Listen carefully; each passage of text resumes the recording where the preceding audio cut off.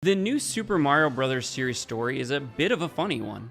It started as this fresh new revival of one of Nintendo's biggest early successes, a return to a simpler era in video game history. Yet with the many sequels it received since that initial release in 2006, the series started being seen as stale and formulaic. One has to ask, how did things even turn this way? Heck, who even thought to revive 2D Mario in the first place? I might have the answers you're looking for. Sit back and relax as we go over the fascinating history of New Super Mario Bros. I'm Brett. Welcome to the History of New Super Mario Bros., a documentary.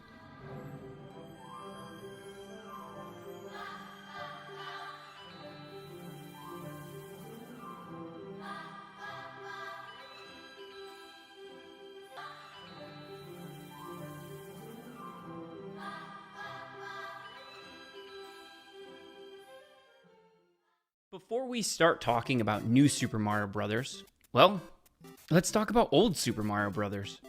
Released as a launch title for the NES back in 1985, Super Mario Bros. Is without a doubt one of the most important and popular video games of all time. It nearly single-handedly propelled Nintendo into a household name in the video game industry. The game popularized the side-scrolling platformer genre, got Lord knows how many people into gaming, and turned Mario into a mascot that could rival even Mickey Mouse. To say Nintendo struck gold with the original Super Mario Bros. Would be an understatement. As such, it only made sense to pump out sequels. Through the end of the 80s and beginning of the 90s, Nintendo would develop and release The Lost Levels, Super Mario Bros. 2, 3, Land, World, and Land 2. Each entry would add its own spin on the Mario formula, but at their core, they were all 2D Mario games. And then, nothing. You see, there was this other Mario game in 1996 titled Super Mario 64. You may have heard of it. It pretty much had the same reception that Super Mario Bros. Had, except in 3D. From that game on, 2D Mario would fall to the wayside. After all, 3D was the future of the industry. Everyone was switching to 3D development.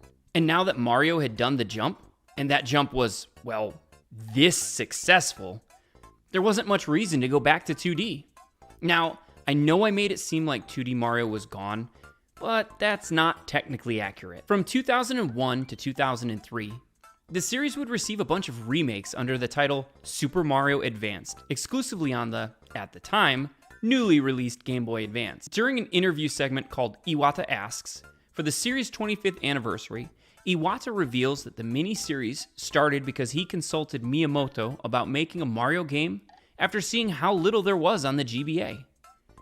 There were a total of 4 games, and each contained a remastered version of an original 2D Mario. I say remastered because Advance 1 and 4 were only really ports of the remade versions of Super Mario Bros. 2 and 3 respectively from Super Mario All-Star, while Advance 2 and 3 were basically just ports of Mario World and Yoshi's Island, though the advanced version did add 6 new levels to the former. Outside of this though, there was not much else, meaning that when Super Mario Advance 4 released in 2003, there hadn't been a newly made 2D Mario game since 1992's Super Mario Land 2, a whole 12 years.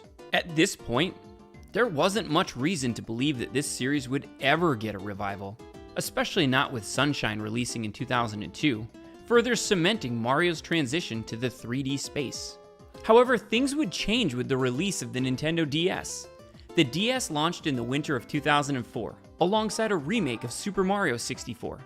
But just earlier in the year, Nintendo also had one of their most iconic E3 presentations of all time, with the unveiling of the DS, albeit in its very ugly beta form. And of course, Twilight Princess. Good old times.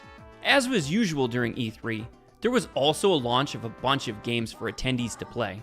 Amongst all of these demos was the world's first look at a brand new Super Mario Bros. Game on the set-to-release-soon handheld. The footage recorded by IGN showcased a very early version of the game, with 2D blocks and pipes messing with the 3D background and Mario's model. It was also the first view at Mario's new giant power-up, with a much slower running speed as he rushes through every enemy, including Bowser. The game was clearly early in development, But the vision was there. A 2D Mario game, but with 3D models. A truly modern return to tradition. This would be all we would learn about the game for 2004, as there had been no proper announcement, but Nintendo fans could now look forward to the newest entry in the series in over 12 years. The game would only be fully unveiled during Nintendo's E3 2005 presentation, inside a rapid showcase of upcoming Game Boy Advance and Nintendo DS games. It was also properly titled New Super Mario Bros. They didn't look too hard for that one. There was also a trailer for the game, and it showed a much more refined version of the game both technically and visually. It showed the bottom screen and the various ways it would be used. For example, showing your progress in the level, your items in reserve, and it would also flip with the top screen when underground. It showed Luigi and the Mega Mushroom, though it still looked a little like a regular mushroom, but bigger. As was the case last year, a demo of the game was available for the public. And that's pretty much all what 2005 was for the game. Just demos at different events like the German Games Convention and E3 to give gamers a first feel of the game. At the time, IGN reported that the usage of 3D allowed the developers to create more characters and objects who had more detailed animations since they didn't have to do everything by hand. They also used the camera to zoom in and out depending on what's happening on screen. Trees moved when Mario used his ground pound move. Koopas were dancing in rhythm of the music. All in all, they could create a lot more animated and fun world. In February of 2006, Nintendo announced that New Super Mario Bros. DS would release in May, both in Japan and North America, with only a week separating the two releases. And when May came, players all over the world could finally play this new Mario adventure. Mario Bros. DS did what the original Mario Bros. And Mario 64 did, and that's being a one-of-a-kind commercial success. It sold 480,000 copies in Japan on day one, and 900,000 by the fourth day. It was even Japan's best-selling game in 2008, 2 years after its release. In North America, it reached the 500,000 sales mark in 35 days, and the million mark 12 weeks in. In 2016, the game had sold more than 30.8 million copies, making it the best-selling DS game and one of the best-selling video games of all time. Everyone had Mario DS, and pretty much everyone loved it. The gameplay was refined to really capture the magic of the original, and yet still felt fresh with tons of new additions. For example, Mario could now wall jump and ground pound for the first time in a 2D Mario. Moves that were previously only available in 3D games. In terms of power-ups, Mario DS introduced the blue shell, which allowed Mario to slide around just like a Koopa. The mini mushroom, which shrank Mario down to a fraction of small Mario's size and allowed him to enter small pipes and jump higher than before, as well as run on water. And the power-up used in most of the game's marketing, the Mega Mushroom, that turned Mario gigantic, able to destroy anything in his path for a set period of time. Similar to how the Invincibility Star only lasts a short amount of time. The game also featured a challenge mode, available only after beating the game once, in which the player was incapable of moving left or downwards. Luigi was also playable in the single-player campaign if the player pressed L, R, and A simultaneously while selecting a file, though he played exactly like Mario. The game also had numerous alternate paths, like in Super Mario World, which gave players an incentive to replay certain levels in a different way, keeping the game fresh. The music and sound effects were memorable, and the game just looks stunning despite being a DS game. The success that Mario DS experienced both critically and financially was even more impressive, considering that 2D platformers at the time were basically extinct. So seeing such a high-profile company like Nintendo releasing one and finding success with it showed that there was still an audience for these games. In other words, New Super Mario Bros. DS was a perfect return to form for the series. Funnily enough, during that same Iwata Asks I mentioned earlier, we learned that the game was originally supposed to be Super Mario Advanced 5. But since the DS was a new console, the team figured, might as well do a new game. Essentially, New Super Mario Bros. DS probably wouldn't exist if not for Super Mario Advance and the lack of Mario games on the GBA. So imagine you're Nintendo, and you release this amazing game that everybody loved and made you a ton of money. What's your next move? Yeah, obviously you make a sequel, especially if you have a little something called the Wii, which just keeps selling more year after year. So the plan is clear that there'd be a new Super Mario Bros. Game. But if the previous one was supposed to be Super Mario Advance 5, what's the story behind the next entry? Well, it starts with something that Shigeru Miyamoto wanted to do for a very long time, and that's to bring co-op multiplayer to the mainline Mario games. In a 2009 interview with Gamasutra, Miyamoto admitted that he'd been wanting to do this since the first game. I mean, it's called Mario Bros, so that makes sense. Unfortunately, the hardware was never strong enough, and so the team always refocused to deliver a single-player experience with multiplayer-related minigames. There's an early version of Super Mario 64 DS with a co-op mode, though that was eventually scrapped, so even at the time, the idea of a co-op mainline Mario was still very much alive. Thankfully, with the release of the Wii, Miyamoto finally had his chance to fulfill his dream, as the console's CPU was strong enough to process all the enemies and player characters at once. From this, the main gimmick of the game was found, a single-player game, but with a co-op mode with up to 4 players, playing simultaneously and trying to help each other, or not, reach the end goal. It's with this basic concept that New Super Mario Wii was unveiled to all during Nintendo's 2009 E3 presentation. New Super Mario Bros. Wii released only 5 months after being announced, that being in November of 2009. It also happened to be the first 2D Mario Bros. Game released on home consoles since 1992's Super Mario World on the Super Nintendo. All the emphasis that Miyamoto and his team put on the co-op aspect of the game paid off big time, because that's really the key to Mario Bros. Wii's success, as it made the game feel fresh because of how much it was designed around it. For example, players could be added or removed in between levels, and inside of a level, the camera would pan as everyone moved, but depending on the distance between each player, it would zoom in or out. However, players that were too far behind would lose a life. Dead players would find themselves inside a bubble. They could move around by shaking the Wiimote, but could only be freed if another player not in a bubble made contact with them. You didn't have to be dead to be in a bubble though. By pressing A, you could willingly wrap yourself in one.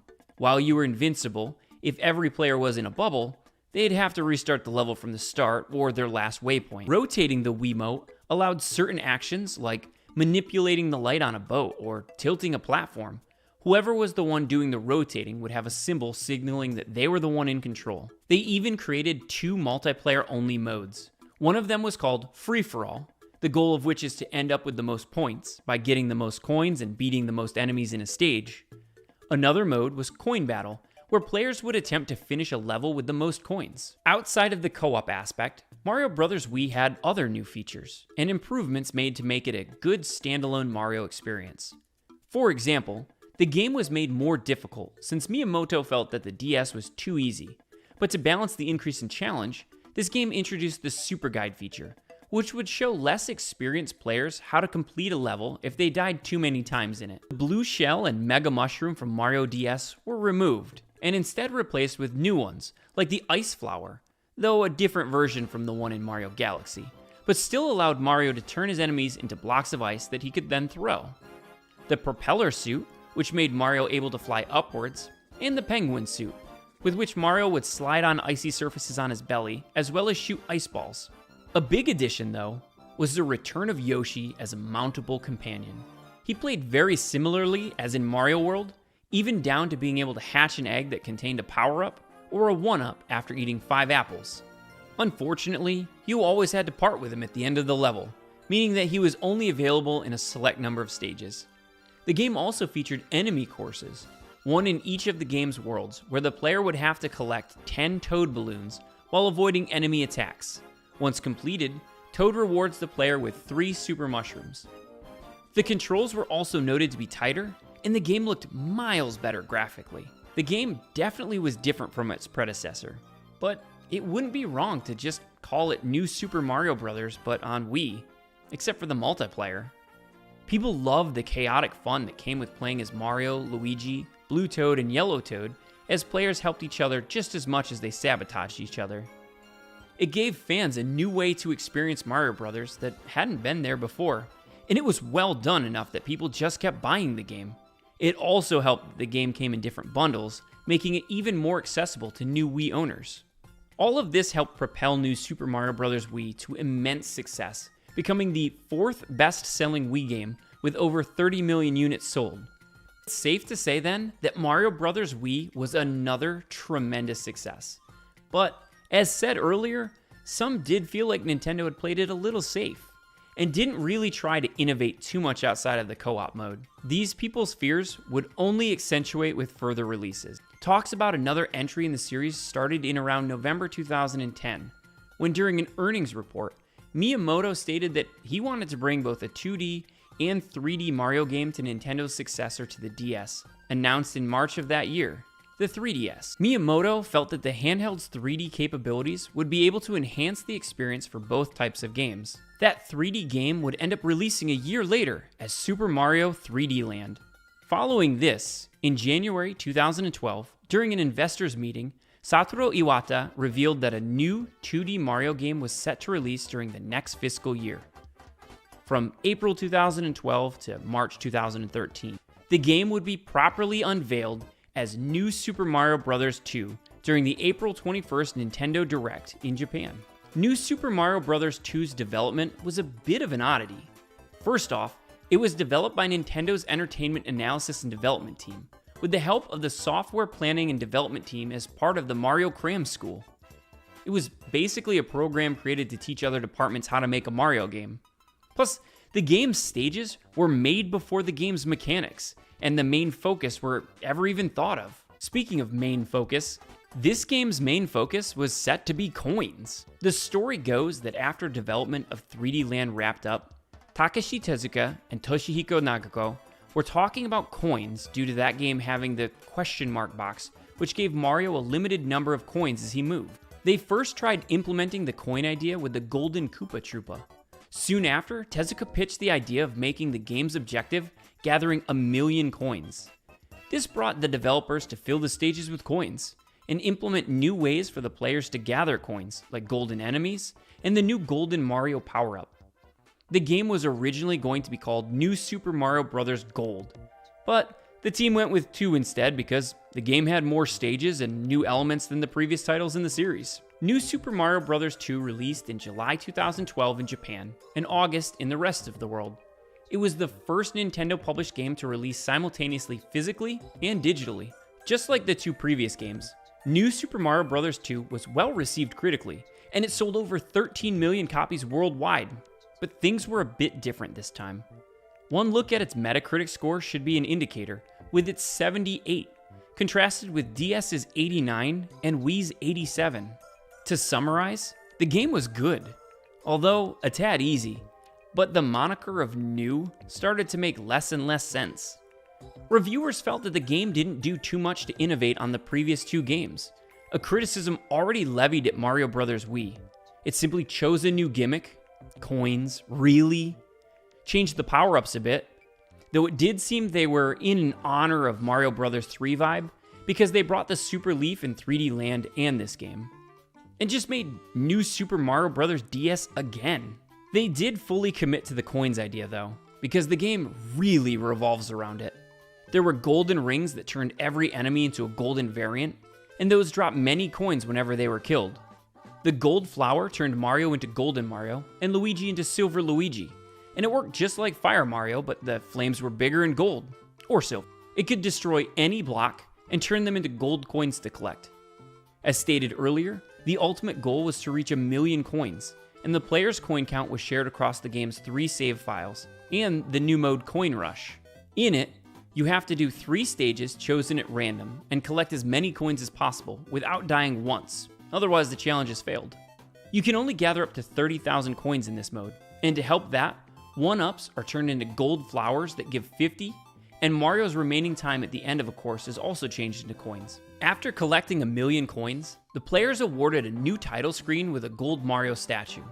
If you collect the maximum amount of coins possible in the game, 9,999,999, you instead get a gold raccoon Mario statue. Other minute details include various little sound design choices, like the sound getting quieter if Mario goes way up in the sky, a drum beat being added when playing Raccoon Mario, and twinkling noises when a gold ring is activated. As you can see, the game didn't add a whole lot, even with its new coin gimmick. Kotaku's Jason Schreier said it best: new levels, old stories. After the good but definitely less enthusiastic reception to New Super Mario Bros. 2, you'd think that the series would take a step back, try to maybe rethink things a little. Well, bit late for that, because not only had the new game in the series already started development right after the Wii released, it was announced and set to release in the same year as New Super Mario Bros. 2. You see, during E3 2011, Nintendo revealed its next home console, the Wii U. These games really love to coincide with new console releases, huh? Anyway, at that same E3, there was a tech demo of sort meant to showcase the Wii U's capabilities as Nintendo's very first HD-capable console. It was called New Super Mario Bros. Mii, and it featured Miis, playing alongside Mario and Luigi in what was basically Mario Bros. Wii, but in HD. Again, this was really just a tech demo to flex the Wii U's specs, not a serious new game. That is, until an interview for the Spanish magazine El Mundo, Miyamoto revealed that the next Super Mario Bros. Would be based on Mario Bros. Mii, and would be properly unveiled during E3 2012. And that's exactly what happened. And thus, New Super Mario Bros. U was shown to the world, and was set to be the launch title for the Wii U. While developing the game, Tezuka explained that one of the design philosophies for this game was not go too hard on the level design, and instead adapt a more open approach, as he wanted to avoid making the experience of the player field controlled. That philosophy went hand in hand with the new boost feature, which took advantage of the Wii U's gamepad to create blocks to aid the player as they traversed the levels. The levels being more open allowed players greater liberty in how and where to use those blocks.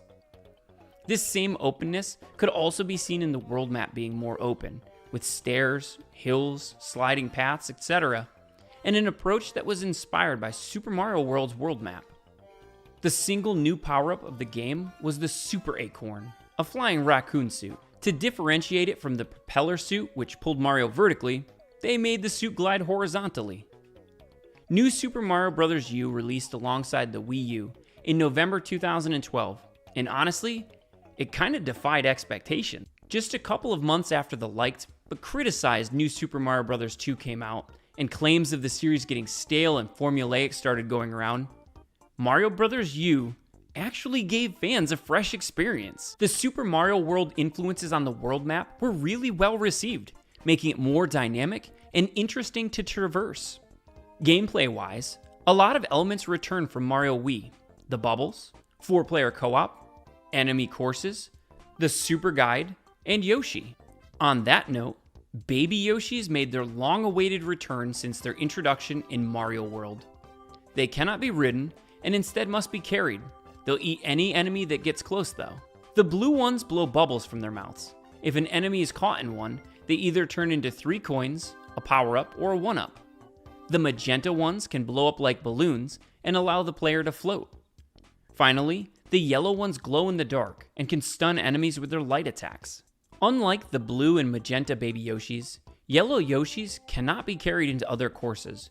In terms of power-ups, to compensate for the singular new power-up, the Ice Flower, Penguin Suit, Propeller Suit, and Mini Mushroom all make a return. In single player, the game could only be played with the gamepad, but in multiplayer, the gamepad and up to 4 Wii remotes were usable. The 5th player using the gamepad would mostly support the others using boost mode. At some point in the game, a character named Nabbit appears and challenges you to a race, where if you beat him, you're rewarded with a P Acorn, a boosted up version of the Super Acorn. After an update, the game also supported Miiverse. By hitting certain red balloons on the world map, Miiverse posts would pop up on screen. The gamepad user could also scroll the map and see all of the present Miiverse posts. They could also be seen after dying on a stage. The game had a difficulty curve that made some of the latter levels actually challenging. and there was even a challenge mode if one wanted to test themselves even more. In it, players were given an objective that they had to complete in a given time limit. The game also introduced Boost Rush mode, which is kind of like New Super Mario Bros. 2's Coin Rush mode, with 2 or 3 randomly selected courses that had to be completed in the shortest amount of time possible. Plus, the camera advanced automatically, and the more coins you collected, the faster it went. But gameplay aside, the game simply looked stunning in HD, and it made all the details of the environments in level and on the world map shine. Tezuka's open level design approach made for a different experience from the previous entries, which is really what fans wanted. For many, Mario Bros. U is their favorite game of this new series, because it actually felt new. Due in large part to the Wii U's abysmal sales, and the perception of the games being too samey, Mario Bros. U didn't sell as much as its predecessors, only about 5 million copies, still making it the console's third best-selling game. Probably due to these low sales, many people simply didn't experience Mario Bros. U, and could see how it really tried and succeeded at being different from the previous games. From then on, the story is pretty straightforward, because it only concerns Mario Bros. U. A year after release, an expansion to the game titled New Super Luigi U released during 2013 for the Year of Luigi. As such, the game's main protagonist was Luigi, and Mario was nowhere to be found. The game was largely the same, but was made much harder, with the levels made shorter with more enemies and obstacles to accommodate a shorter time to complete them. It also added Nabbit, an enemy in the original, turned into a playable character in multiplayer mode to replace Mario. It was generally well liked, but its difficulty was sort of a double-edged sword.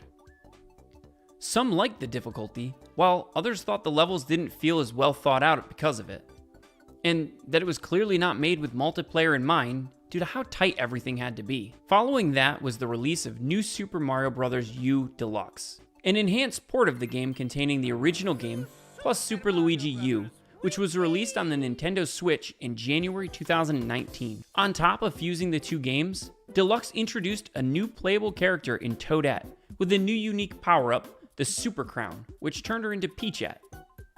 The game was upgraded from 720p to 1080p, it supported HD Rumble, and players could now play as any character in single-player mode instead of being limited to Mario or Luigi.